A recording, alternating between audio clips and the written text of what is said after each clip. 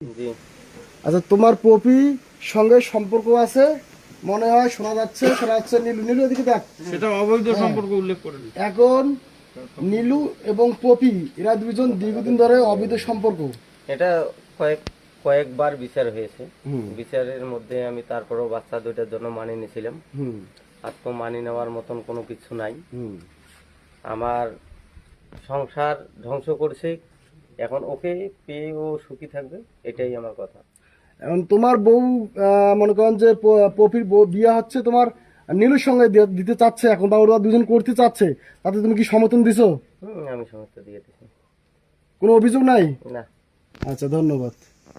Poppy, তোমার কোনো অভিযোগ আছে নীলুকে বিয়ে করতে? এখন তোমরা দুজন যেহেতু সম্পর্কে জড়িত, তোমরা দুজন উভয়কে ভালোবাসো, দীর্ঘদিনের সম্পর্ক, তোমরা দুজন এখন বিয়ে করতে চাচ্ছ, এতে তোমাদের কার কোনো অভিযোগ আছে? কথা বলো। কথা কয় না কেন?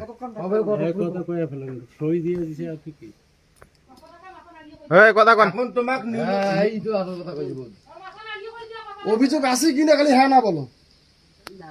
না। এই নীলু, তোমার কোনো অভিযোগ আছে? নাই। আর বিয়ের পরবর্তী সময়ে তোমরা যদি কখনো কারো আইনে বেড়াকলে পড়ো, আমরা কিন্তু কেউ দোষী নই।